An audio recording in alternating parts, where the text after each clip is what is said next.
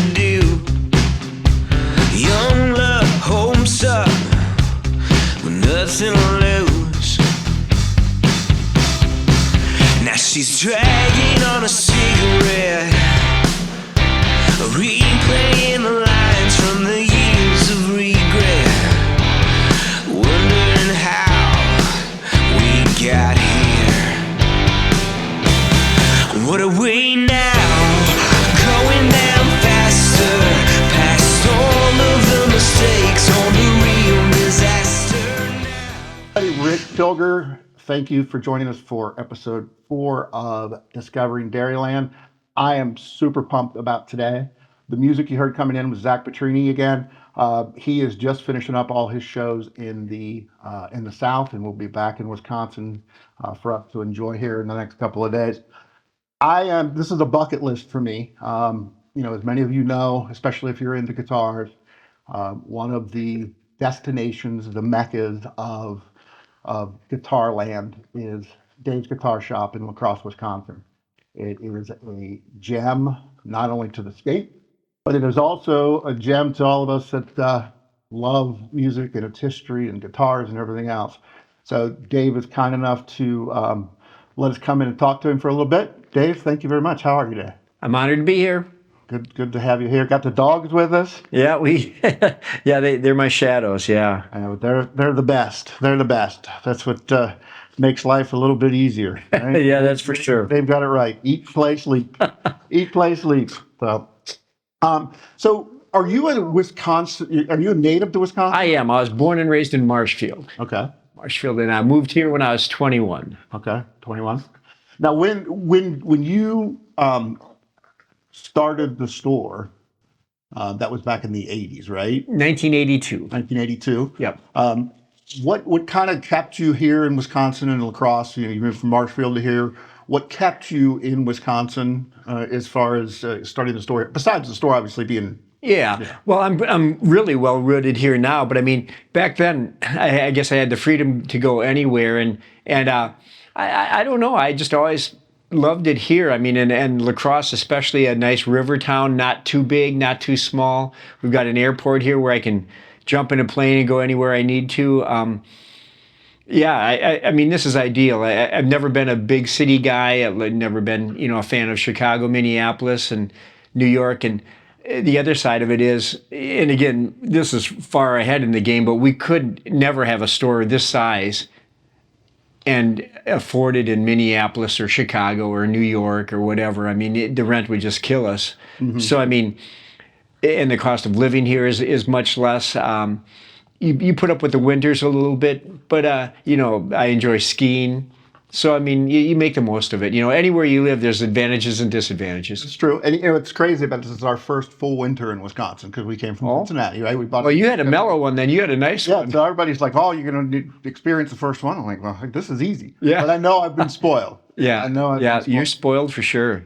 You talked about, the affordability and things like that. And I remember when I was a kid, when I was younger, my dad lived up in the New York City area, and getting to go and see and be on, get to see the old Sam Ash stores and all that. Oh, sure, yeah, 48th Street, yeah. That's all, that's all gone. Yeah, it is, yeah. And that's a shame that, you'd walk into those places and you never knew who was going to be in there. Yeah. Oh, yeah. That was the Mecca. I mean, and all the recording studios out there, and everybody just went to 48th Street to get their gear.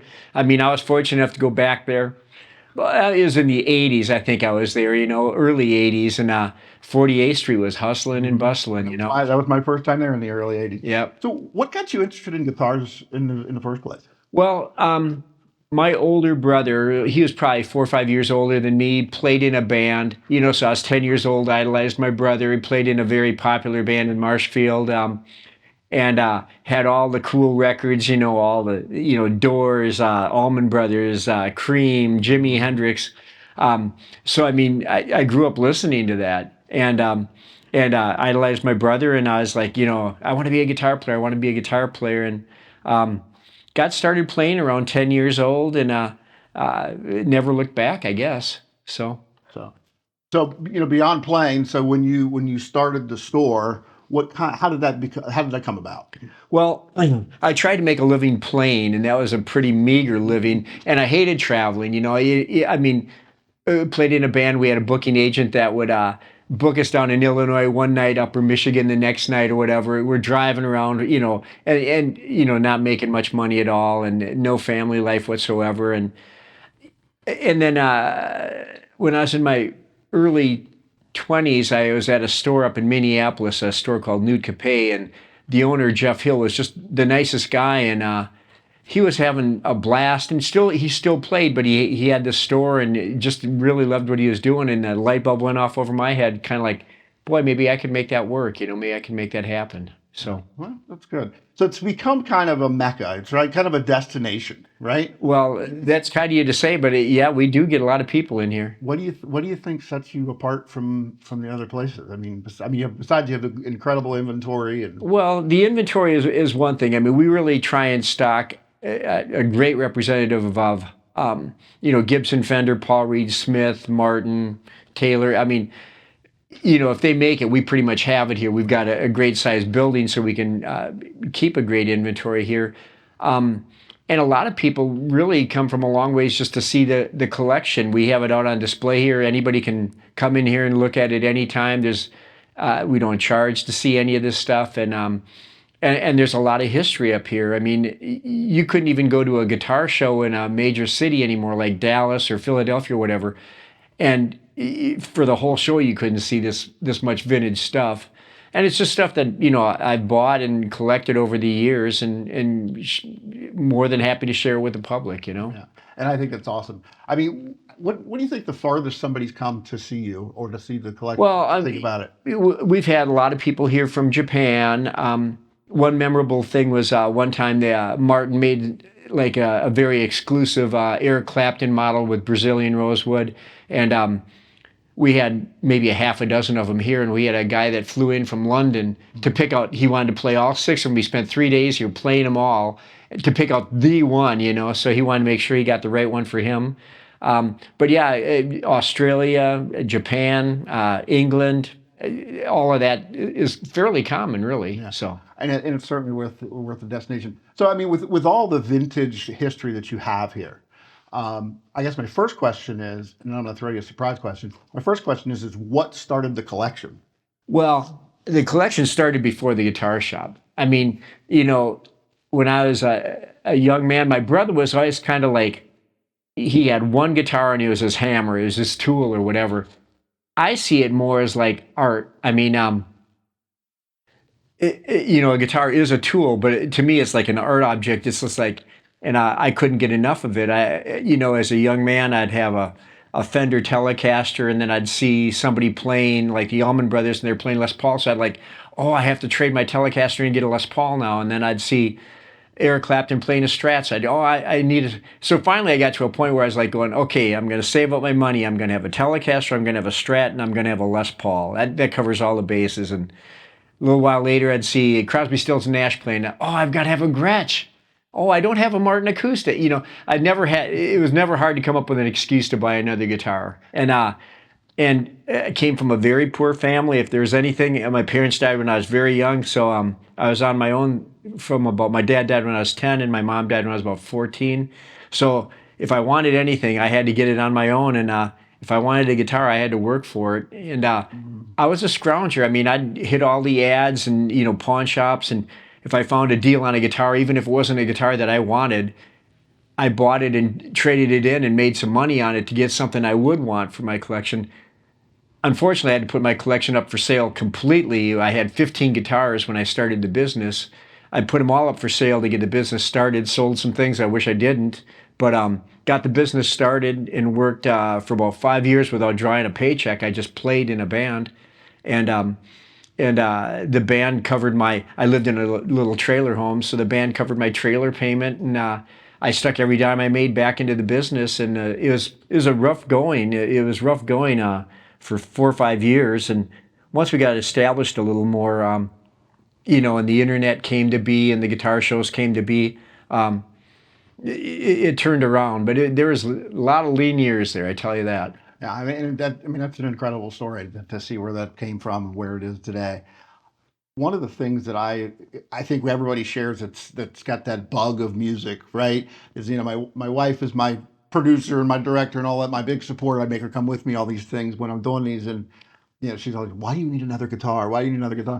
And it's kind of funny Yeah, because yeah, I've never heard that yeah, before. it's kind of like, first of all, I'm not even a guitar player that much. I'm more, I played keyboards when I played in bands in Cincinnati for years, and um, but it's all the stuff that I couldn't afford when I was younger. Yeah. It's like, boy, I really wanted that. And the same thing is that so and so plays this, or that. Oh yeah, exactly. And the art thing I get too, and I'm obsessed with PRS over the last 4 or 5 years because it's just Can't blame you not there. only a beautiful guitar, but it plays fantastic. And Yep.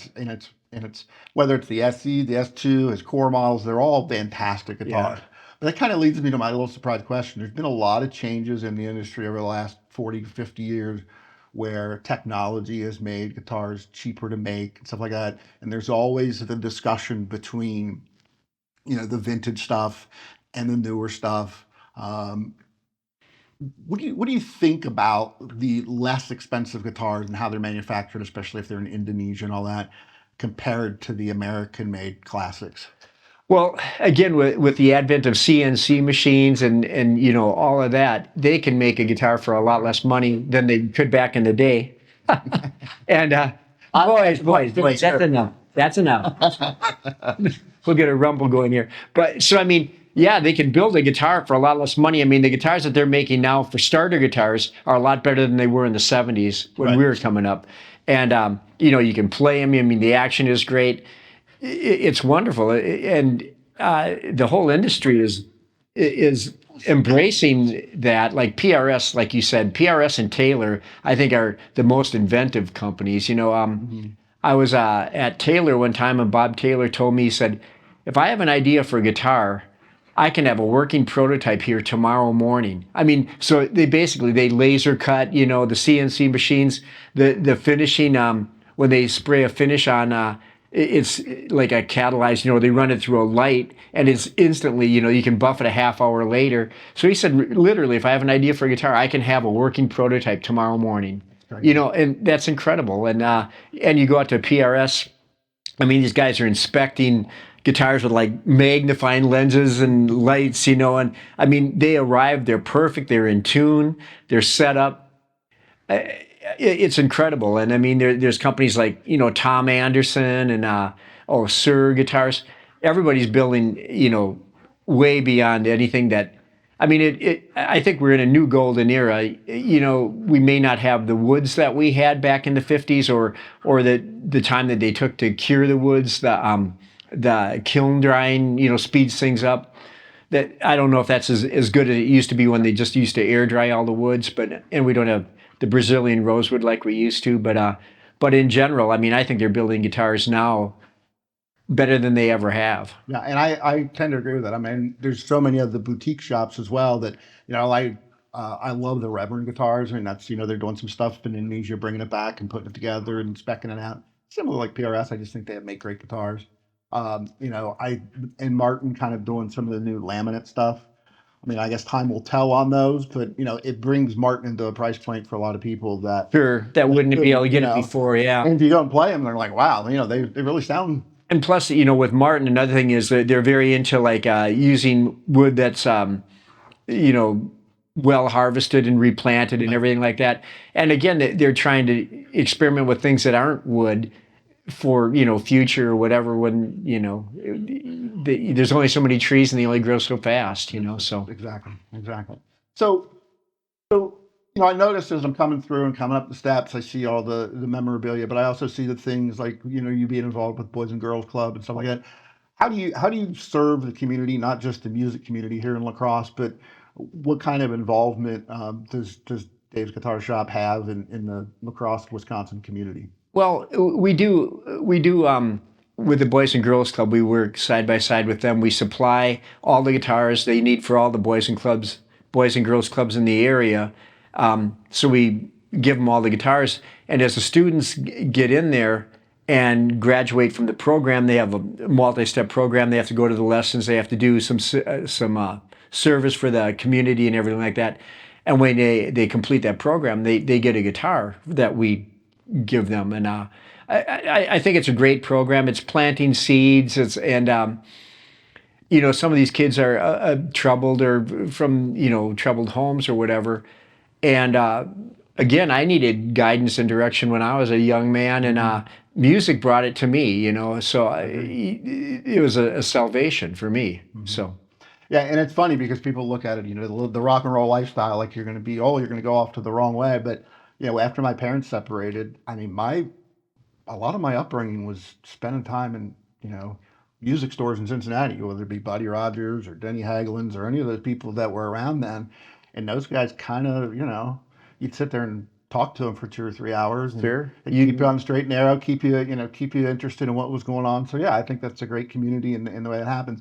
And what I like about the fact that you're involved with giving guitars out, we went through a phase there musically where there wasn't guitars and music anymore. Nobody was playing; it was all electronic. Yeah. Now we're coming back with it. You're getting A little more bit, guitars. yeah. A little bit, yeah. I mean, there's a time like '80s and everything like that. I remember being in the business and reps coming in that were selling synthesizers and things like going, Dave, you can't just sell guitars. You're not gonna make a living. You're not gonna make it. I was like, hey, it's all I know. This is what I know. So this is what I do. Win, lose, or draw. And but yeah, you're right. I mean, and it's not as guitar driven as it used to be. I mean, late '60s, '70s. Oh my goodness. The guitar heroes: Eric Clapton, Jeff Beck, Duane Allman. I mean, it was all about guitars then, and lesser so now, but it's still there. It's still there. I blame that on producers a little bit because some of these guys that are out there in the world of music that are doing the the 1-4-5s and all those, and just the same thing sounds the same. When the camera's off and the recording console's off, and these guys start playing, they can play. Yeah. Yeah. They can. There's some players out there. Yeah. Oh yeah. That are amazing. So, when you look at this collection,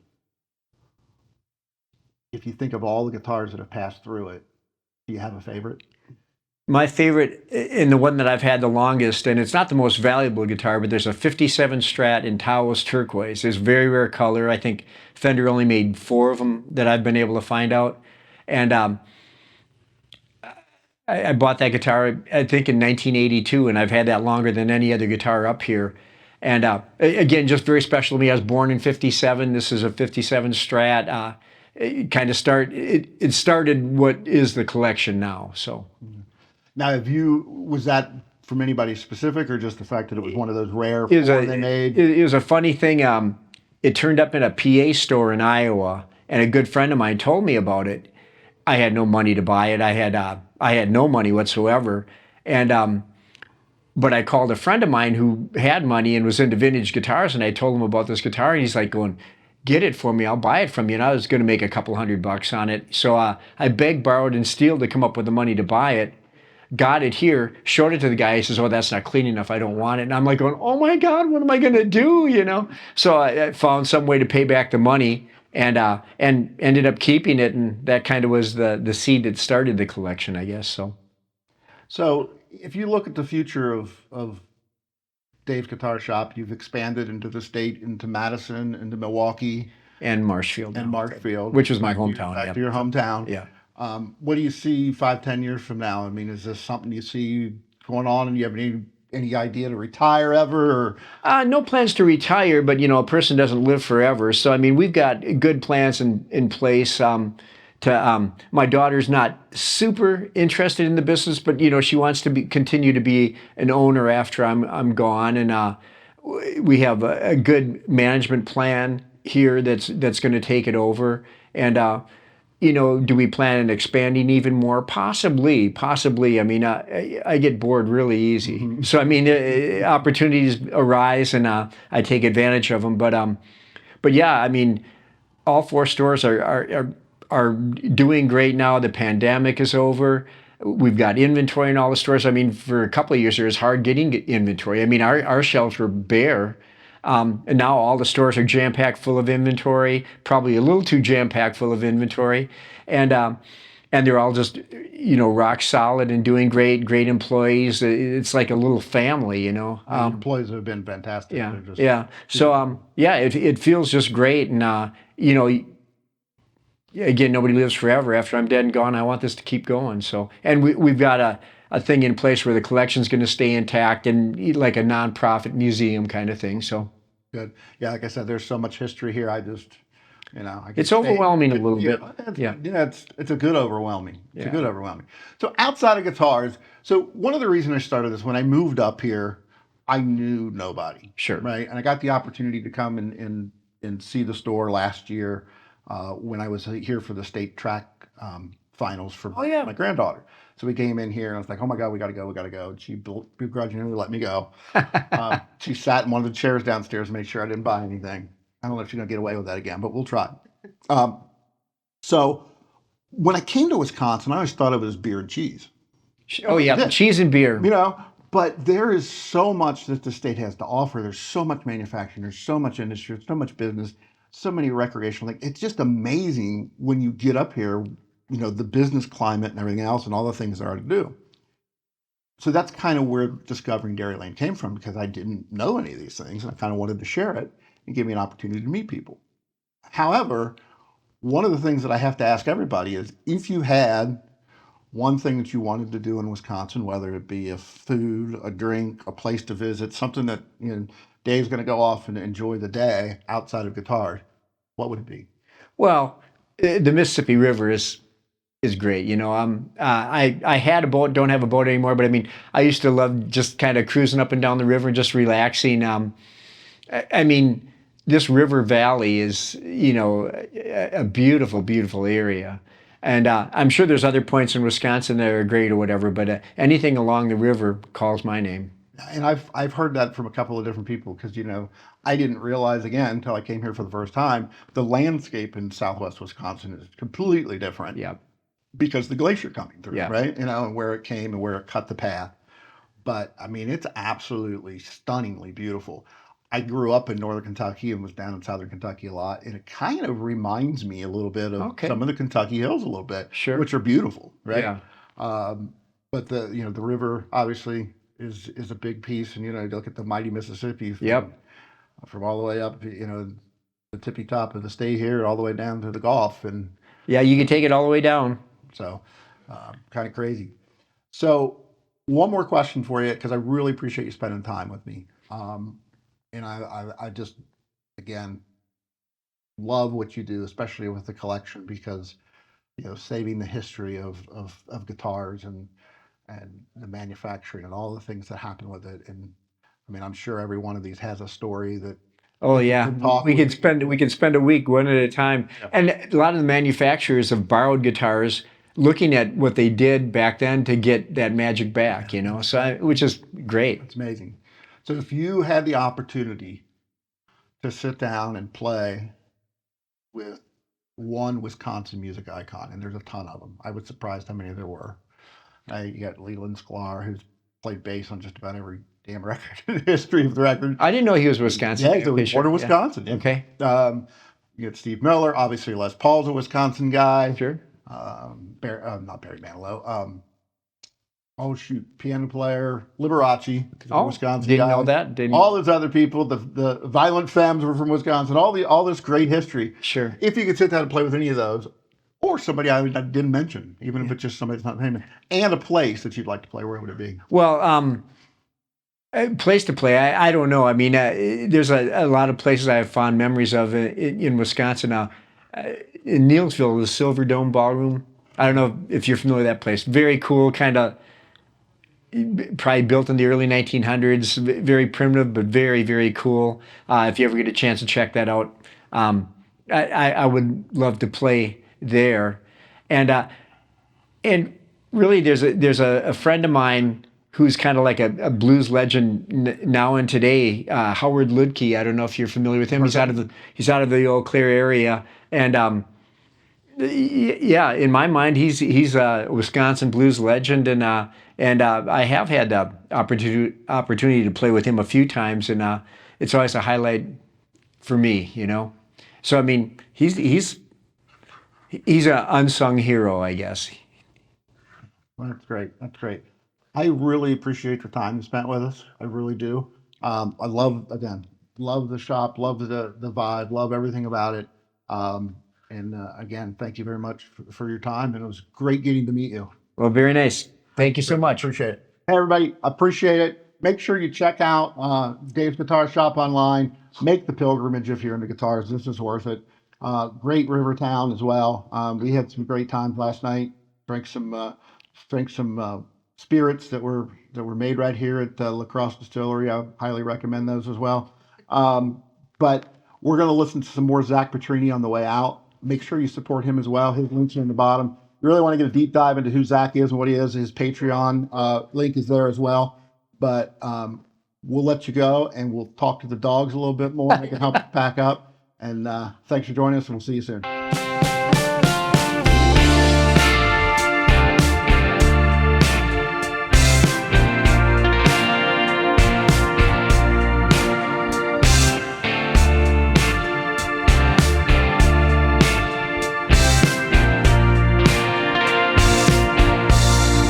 I should've known better. You were the hurt I couldn't fake. Kept you dangling on that long chain. Who'll be the first to break?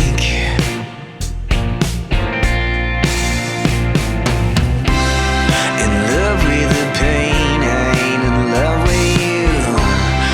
Crashing her eyes, no matter what I lose. Wish that it were different, but what can I do? I only want what's gonna break me. I only want what's gonna tear me apart. I only want what's gonna break me. I got a wrecking ball heart, wrecking ball heart.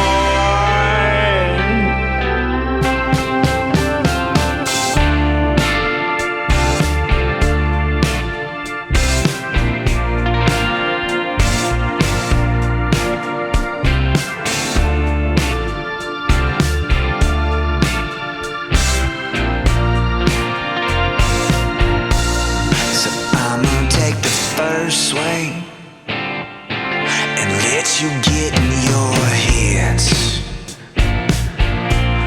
When all we had is rubble, I'll just get over it.